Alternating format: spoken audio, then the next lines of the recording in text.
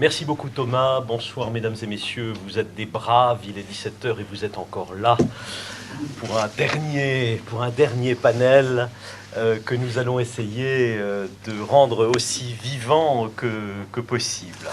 Alors le thème de ce panel, ce sont les mutations des diplomaties d'Europe centrale et orientale après 1989. Et nous allons donc accueillir trois contributeurs qui sont tous des praticiens, qui ont tous eu une expérience, ou qui ont encore d'ailleurs une expérience de diplomate. Et je voudrais commencer par les présenter dans l'ordre alphabétique. À ma droite, M. Raoul Delcorde, qui est membre du service diplomatique belge, qui a occupé plusieurs fonctions dans l'administration diplomatique de Belgique. Il a notamment été ambassadeur en Pologne, ambassadeur en Suède, et vous représentez actuellement votre pays au Canada, à Ottawa. Vous avez également en parallèle une activité de publication, et vous avez publié plusieurs ouvrages sur la diplomatie, la profession de diplomate et la carrière diplomatique également en Belgique. À ma gauche, Pavel Fischer. C'est un grand plaisir pour moi de le présenter car nous nous connaissons depuis un certain nombre d'années, puisque j'ai eu la chance de vivre 3 ans dans son pays, la République tchèque. Pavel Fischer est actuellement consultant à Prague, mais il a eu une longue activité de diplomate et conseiller politique. Pour faire un petit point d'histoire, parce que je trouve ça toujours intéressant, il vient d'un pays qui est un des pays vraisemblablement les plus sécularisés de l'Europe, et pourtant lui vient plutôt du milieu catholique. Il vient d'une famille qui appartenait à la dissidence catholique à l'époque du communisme. Il a rejoint Václav Havel comme conseiller politique, puis comme conseiller diplomatique. Ensuite, il a été de longues années ambassadeur à Paris, puis directeur des affaires politiques avant de se consacrer dans cette activité de consultant. Pour combien de temps ça, Dieu seul le sait, mon cher Pavel. Monsieur, sur ma droite, Preceni, lui appartient au service diplomatique de la Hongrie. Il est diplomate professionnel depuis 1978. Sa carrière s'est déroulée beaucoup dans les pays francophones, en Afrique francophone, à Paris, et vous avez notamment été consul général de Hongrie, et vous êtes actuellement le ministre plénipotentiaire et le chef de la section consulaire de l'ambassade de Hongrie auprès du Royaume de Belgique et du Luxembourg. Voilà, donc le ministre plénipotentiaire, c'est le numéro 2 de l'ambassade, c'est l'homme qui fait tout, en quelque sorte. C'est l'homme qui travaille, le numéro 2, c'est bien connu. Voilà. Alors, messieurs, ce que je vous demanderai, c'est d'avoir peut-être une première intervention qui soit aussi brève que possible. Je voudrais rappeler 2-3 fondamentaux. Pourquoi est-ce qu'il nous a semblé important, avec Thomas Reynaud et les organisateurs, de revenir sur l'Europe centrale? Mais tout simplement parce que 25 ans après les changements politiques, nous avons là un exemple très intéressant de pays qui ont dû réinventer totalement une politique étrangère après 1989. Vous vous rappelez certainement des slogans qui avaient été ceux des dissidences et qui ensuite avaient été repris par les premiers gouvernements, le retour à l'Europe.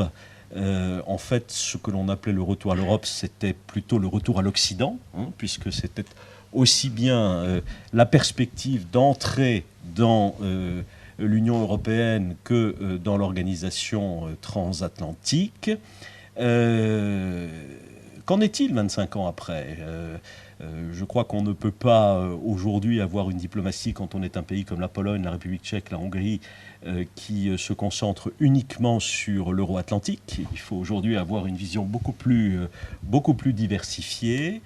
C'est un des points donc j'imagine que vous aurez l'occasion d'aborder. Voilà, alors, Monsieur Delcorde, j'ai bien conscience que, bien que vous ayez été ambassadeur en Pologne, vous ne représentez pas, vous, un pays d'Europe centrale et orientale. Néanmoins, vous avez quand même eu cette expérience pendant 4 ans à Varsovie, mais je vous laisse la parole pour commencer, en vous demandant donc de bien vouloir nous adresser quelques mots sur bien ce que ça veut dire aujourd'hui être un diplomate belge et réfléchir à l'Europe centrale et orientale dans l'Union européenne. Mesdames, Mesdemoiselles, Messieurs, chers amis, merci de m'avoir invité et je commencerai par dire que je m'exprime à titre personnel. Je serai d'autant plus prudent que mon directeur général est dans le public et que je ne voudrais pas... directeur général. Mais je ne voudrais pas avancer des éléments qui pourraient, d'une manière ou d'une autre, compromettre le point de vue officiel de mon pays. Donc c'est l'expérience personnelle engrangée durant 4 ans que je voudrais refléter ici, en disant que la diplomatie polonaise, telle que j'ai pu l'observer, était au croisement de trois paramètres qui, pour nous, Belges, étaient importants. Le premier, c'était l'expertise de cette diplomatie vis-à-vis de son proche immédiat, et en particulier des États baltes et de l'Ukraine. Cette expertise a été d'autant plus intéressante qu'elle nous a permis ensuite de développer des analyses pertinentes sur le mouvement de Maïdan à partir de janvier 2014. Nul autre poste diplomatique, je pense, à part évidemment Kiev, ne pouvait apporter ce type d'informations parce que, pour des raisons historiques que je ne vais pas développer ici, les Polonais connaissent bien et ont une empathie particulière avec l'Ouest, en particulier de l'Ukraine. Le deuxième paramètre qui nous intéressait, c'est le soutien que la Pologne a apporté à toutes les politiques européennes en matière de défense. Vous savez combien cette Europe de la défense en gestation a du mal encore à se développer. Sous la houlette d'un ministre des Affaires étrangères tout à fait remarquable, Radek Sikorski, la Pologne, avec quelques États de Visegrad et du Benelux, a développé véritablement un cadre conceptuel pour une Europe de la défense qui soit véritablement opérationnelle, avec cette notion de groupement tactique, avec véritablement...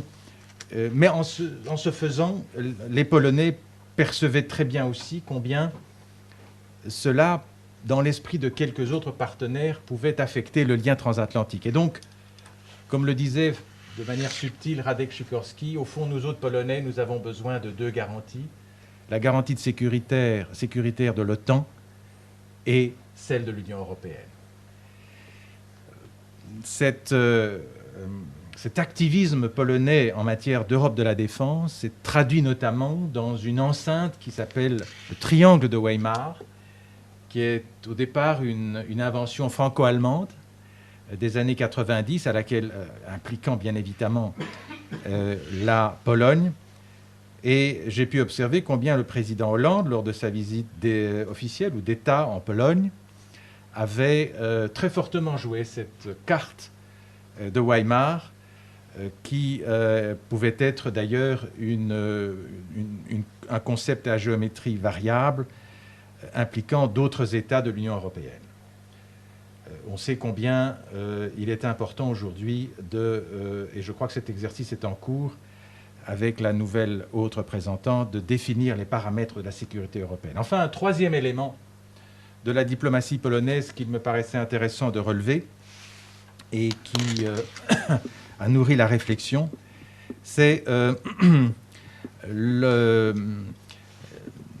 le soutien que la Pologne a apporté au développement des institutions européennes, la volonté que les Polonais ont placée dans une réalité européenne qui ne se perde pas dans des longues divagations, mais qui soit vraiment à l'écoute des aspirations des populations. En cela, puisque l'on dit aujourd'hui qu'il faut se réapproprier l'Europe, eh bien, les Polonais, la population polonaise, c'est d'ailleurs le pays de l'Union européenne où le soutien, tel qu'il est quantifié, le soutien à l'idée européenne est le plus élevé.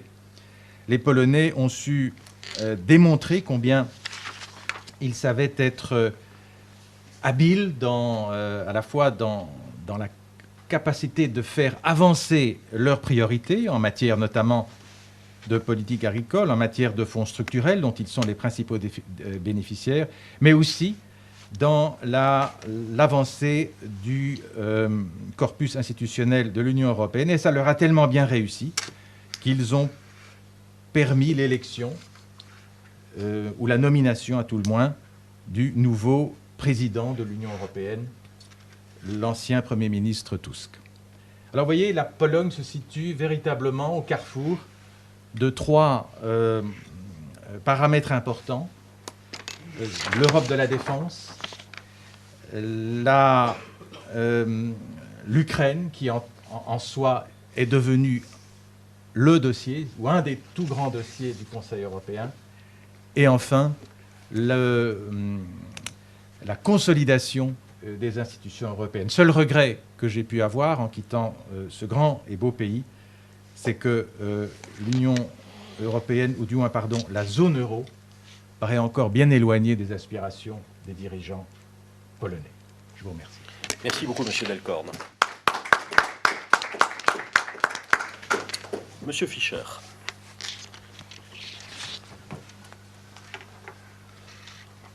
Monsieur le Président, Mesdames et Messieurs, chers amis, j'ai souhaité d'abord remercier les organisateurs de ce colloque qui a été une grande inspiration pour moi, déjà dans la matinée, où j'ai vu, malgré la distance historique qui nous sépare des périodes décrites, je me sentais comme dans mon bain. Mais je vais le décrire peut-être dans le débat si vous souhaitez bien. Si j'ai bien 5 minutes, voire 4 minutes et demie, je serai rapide.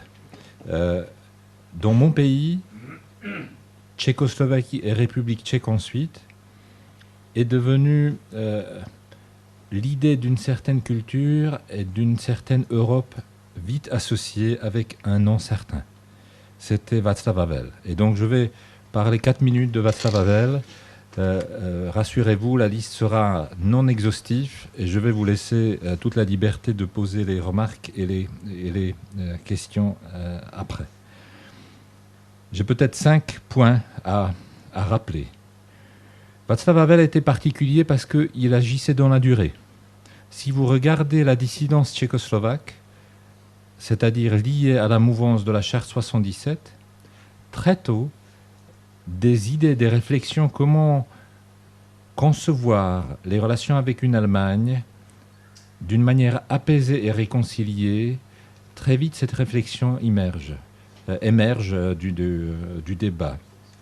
Et donc quelque part, la réflexion de que faire si jamais un jour la situation change et nous pourrions être aussi acteurs de la politique étrangère, cette idée est présente. Du coup, au lendemain de 89, la première initiative va vers l'Allemagne, vers une ville symbolique pour nous, Munich. Et les Allemands encore, les représentants aujourd'hui, se rappellent combien Havel les a surpris par la manière dont il était déjà certain que ces actes politiques, de politique étrangère, avaient une signification qui reposait sur un socle, non seulement moral, mais aussi historique, très fort. Havel a duré comme président, comme représentant suprême, jusqu'à 2003, parce que le pays a changé de nature, donc la constitution a été complètement refaite, et donc cette durée de son exercice s'est imposé malgré le fait que nous vivons quand même dans une 4e République à la française, c'est-à-dire avec le Premier ministre et le gouvernement qui a un mot à dire. Deuxième aspect, je viens de parler de l'histoire. Václav Havel s'est vite entouré d'historiens. J'ai été surpris combien de mes collaborateurs, à l'époque, j'ai commencé à travailler pour lui en 1995, étaient historiens. Et donc, il voyait la politique étrangère, ou peut-être ses proches collaborateurs, comme ayant du sens exclusivement si elle reposait sur des considérations historiques, les lieux, les dates, les symboles. Donc cette quête d'ancrage ou de résonance va se voir souvent dans ses actes à lui.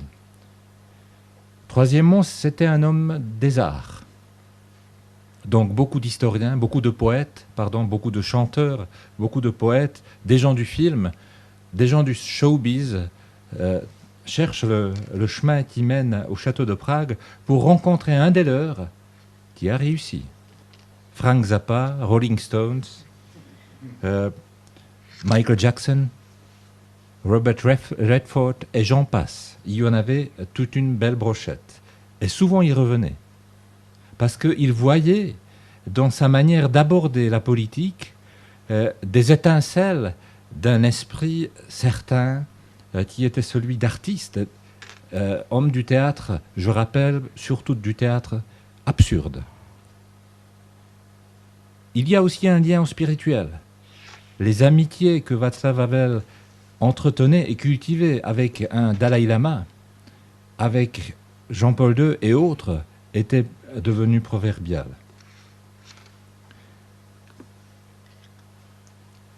L'autre remarque, homme du théâtre.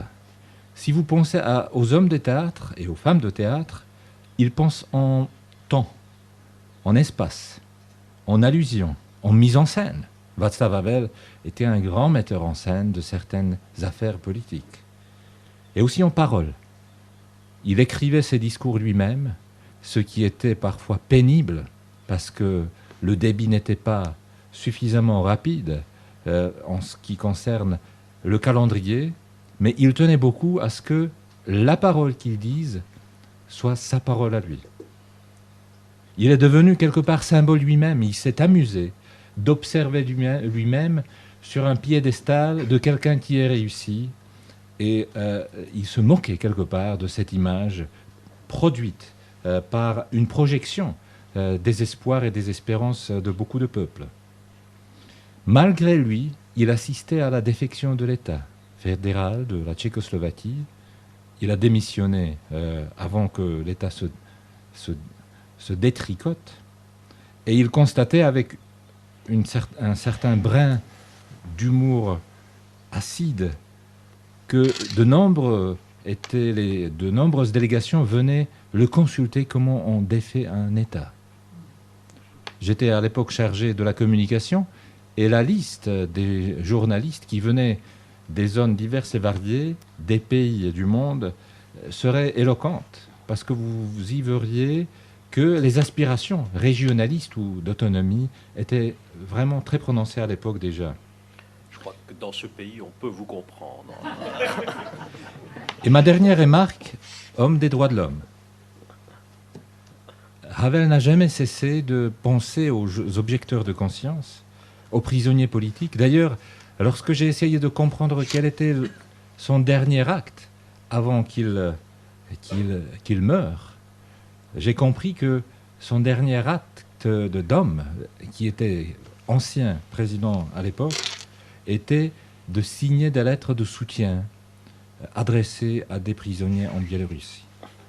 Donc, quelque part, ces composantes, à la fois reposant sur des références historiques, sur une pensée qui va au-delà des changements en 89 et qui se base sur une considération à la fois morale, humaine, politique et présente, avec des ingrédients de l'artiste, de l'homme du théâtre et de quelqu'un qui est resté attaché à la cause de la défense des droits de l'homme.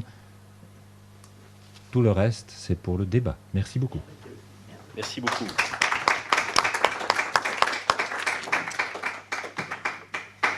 Merci beaucoup. Je passe la parole maintenant à Monsieur Preccini. Je vous en prie, monsieur. Vous préférez rester... Oui. Merci beaucoup. Monsieur le Président, Mesdames et Messieurs, merci beaucoup pour cette invitation. À vrai dire, je suis un peu ému ce soir parce que je ne suis pas un ancien ambassadeur. Je suis un homme de l'ombre. Je n'ai jamais eu la chance d'avoir un Mercedes ou bien une résidence à ma disposition, mais je suis quand même un travailleur des quotidiens. Comme vous le savez tous, la Hongrie était la baraque la plus joyeuse de l'Europe orientale et centrale, surtout dans les années 70 jusqu'au 89. Et je suis très heureux d'être en votre compagnie ce soir pour pouvoir un peu présenter le parcours, ce que la Hongrie a fait pendant les 2 décennies écoulées. Merci beaucoup pour la parole. Merci beaucoup. Merci de ces 3 témoignages. Je vous propose donc que nous ouvrions ce débat. J'ai envie de commencer avec une première question qui est justement ce que l'on a appelé le retour à l'Europe, qui en fait était le retour à l'Ouest.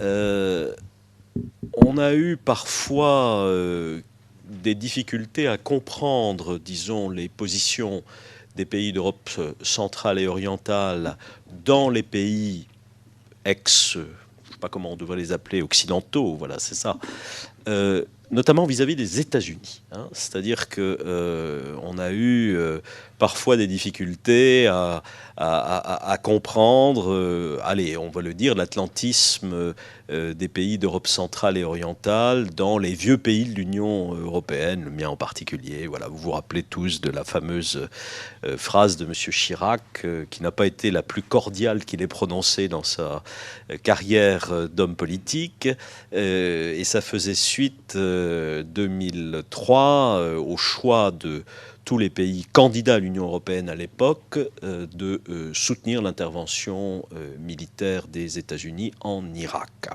Alors, est-ce qu'on en est encore là aujourd'hui? Moi, j'en suis pas sûr, parce que beaucoup de choses se sont passées, notamment en 2008, M. Obama est arrivé au pouvoir. Quand on prend la politique polonaise, on se rend compte qu'il y a une affirmation aujourd'hui très très importante de la composante européenne. La Pologne a vraiment envie de participer non seulement à un marché, mais à une entreprise politique. Donc j'aimerais qu'on revienne un peu là-dessus, sur cette question justement du rapport de l'Europe centrale à l'Europe et aux États-Unis, donc aux deux grands blocs, si je puis dire, aux 2 grands soutiens du monde occidental. Alors, je ne sais pas qui souhaite commencer sur ce sujet. Monsieur Fischer.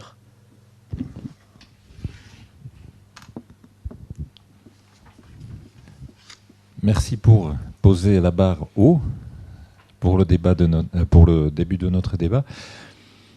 Vous n'êtes plus diplomate, donc vous pouvez tout dire. Et pas votre directeur général qui est là.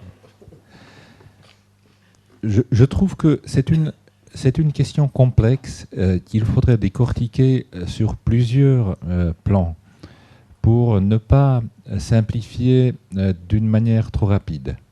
Car qu'est-ce que c'était les États-Unis au lendemain de la chute du mur de Berlin?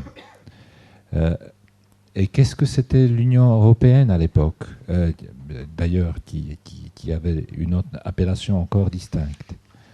Je trouve que sur le plan de valeur, nous avons senti que l'intégration européenne a un certain ethos qui était toujours d'actualité, d'ailleurs qui a été gelé quelque part par les années de la guerre froide, et qu'il fallait reprendre les efforts là où la glaciation soviétique les a laissés inachevés.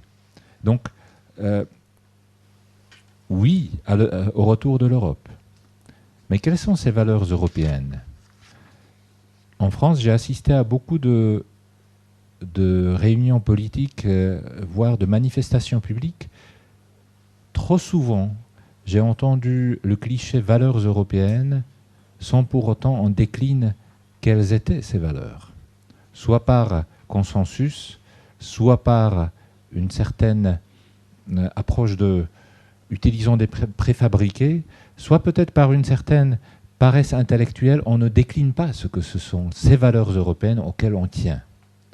Et pourtant, c'est essentiel, d'ailleurs, aujourd'hui même, dans le débat autour de ce qui se passe en Ukraine, on pourrait reprendre la même considération et voir comment elle se décline dans la lumière de ce conflit. Alors, si on déjà arrive à nommer ces valeurs européennes, il faut être aussi prêt à les défendre et à monter quelque part dans une posture de défense qui n'est pas peut-être celle d'un belligérant, mais qui montre notre préparation à s'opposer à ceux qui veulent les dénier, voire qui veulent les mutiler, ces valeurs européennes. Et c'est toute la réponse. Je crois que nos pays respectifs sortaient de la guerre froide avec la certitude que ce n'est pas la fin de l'histoire et qu'il faudra être prêt à garantir notre liberté aussi par des aspects de posture stratégique et de défense. Et toute proportion gardée, à l'époque, l'Union européenne était encore dans les commencements d'une Europe de la défense et nous savons combien le chemin a été encore long.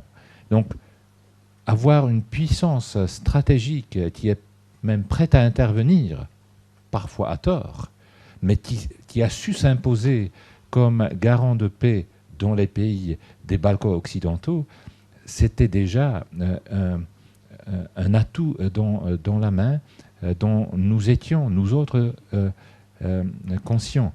Et une dernière parenthèse, j'ai mentionné les Balkans occidentaux.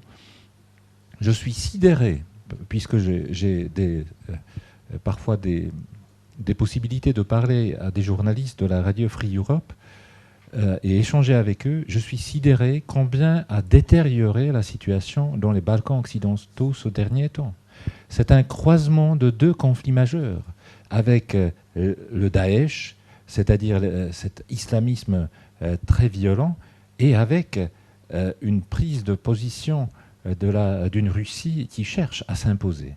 Et dans les Balkans, ça se ressent d'une manière très, très intense. On sent la vulnérabilité des situations, des frontières, des sociétés, des institutions. Et donc, je crois que l'histoire n'est pas malheureusement terminée, et il faut être vigilant et voir, prêt à s'imposer tous, qui partageons un certain idéal de démocratie et de liberté. Et donc, avec les États-Unis, j'espère que M. le Président Obama sera à l'écoute. Merci. Monsieur Delcor, merci. Le tropisme atlantique de la Pologne a connu bien des variations. Lorsque ce pays s'est libéré de l'influence soviétique et communiste, les premiers à venir en aide pour la reconstruction démocratique de la Pologne étaient les Américains. Les Européens n'étaient pas là.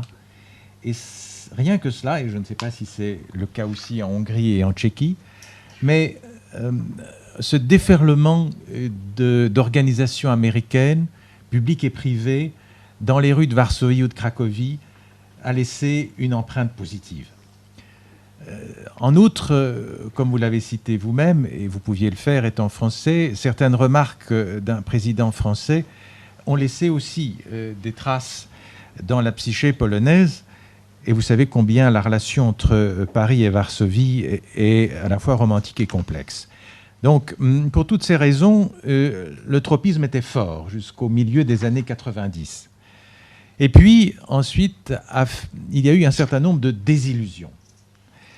Désillusions parce que le bouclier antimissile qui devait être construit et mis en place non pas tant contre l'Iran, qui n'était qu'une menace assez abstraite, mais vis-à-vis d'un voisin beaucoup plus proche et plus menaçant, n'a pas été installée, que les Polonais sont morts en nombre important en Afghanistan, sur un théâtre d'opération bien éloigné, où ils sont allés à la demande des Américains, et en retour de quoi ils n'ont peut-être pas obtenu ce qu'ils souhaitaient. Qu'enfin, jusqu'à récemment encore, une prison installée par la CIA en Pologne a empoisonné la vie politique de ce pays et a finalement été révélée au grand jour. Alors, c'était l'ère des désillusions, et d'une certaine manière, quelques hommes politiques polonais plus proches des institutions européennes ont en quelque sorte rapproché la Pologne de l'Union européenne, avec son adhésion bien sûr, la première présidence polonaise de l'Union européenne en 2011, et puis on est reparti, je crois aujourd'hui, vers un rapprochement à nouveau entre les États-Unis et la Pologne à cause de la situation en Ukraine, et parce que rien ne fait tant plaisir aux Polonais, je m'exprime à titre personnel bien sûr, que d'entendre le président Obama, comme il le fit à Varsovie en juin 2014, j'y étais, et quelques temps après, quelques semaines plus tard, à Tallinn, en Estonie, à dire et redire combien l'article 5, tout le monde sait ce que c'est, l'article 5 de l'OTAN, qui prévoit effectivement que si un État membre de l'OTAN est menacé et attaqué, les autres États membres viendront à son secours. Rien ne fait tant plaisir que d'entendre de la bouche des États-Unis des assurances comme celle-là. Donc on est reparti vers un rapprochement transatlantique, d'autant que l'Europe de la défense hésite, hoquette, et que les garanties de sécurité que la Pologne attend de l'Europe, elles se manifestent de manière individuelle. Il y a aujourd'hui des avions belges qui sont stationnés en Pologne, des avions français, des avions canadiens, mais tout ça, ce sont des manifestations individuelles, et il n'y a pas encore peut-être, ou il n'y a pas assez de manifestations tangibles de la solidarité européenne vis-à-vis de ce pays si proche des menaces russes. Voilà. Merci beaucoup, Monsieur Preccini. Est-ce que vous souhaitez ajouter quelque chose ? Merci beaucoup. En ce qui concerne le parcours de la Hongrie, je voudrais peut-être choisir un autre chemin. Je voudrais vous présenter très brièvement le processus, combien la perspective de l'adhésion à l'OTAN et à l'Union européenne de la Hongrie était une motivation très profonde de la transformation du régime de la Hongrie. Mais bien sûr, ça ne pouvait pas aller sans les sacrifices économiques et sociaux de notre pays. La Hongrie, comme vous le savez tous, était en tête dans la région de l'Europe centrale et orientale dans le processus de l'adhésion en tant que premier au Conseil de l'Europe à Strasbourg au mois de novembre 1990. C'est à l'époque de la conclusion d'une convention d'association avec les communautés européennes qui est entrée en vigueur le 1er février 1994 sous le nom Accord européen. Puis c'était la signature de la Charte de Paris pour une nouvelle Europe qui s'appelait Charte de la Nouvelle Europe au mois de novembre 1990. Et puis, et je reviens sur le sujet du rapprochement de la Hongrie aux États-Unis d'Amérique, c'est l'adoption par la Hongrie des documents stratégiques de l'OTAN de 1991 et 1999, c'est-à-dire des nouveaux phénomènes à apprendre, des nouvelles coutumes à s'habituer, défense collective des territoires des États membres, des opérations de maintien de la paix à l'extérieur, l'assurance et la protection des routes internationales du transport de l'énergie, lutte commune contre la criminalité organisée internationale et contre le terrorisme, etc. Ça veut dire que la diplomatie hongroise quotidienne devait apprendre des nouvelles tâches quotidiennes. Et donc, nous avons eu beaucoup de difficultés d'envoyer des diplomates vraiment remarquables à Washington pour pouvoir assumer ces tâches. Alors, je ne voudrais pas aller plus loin dans ce sujet. Merci beaucoup.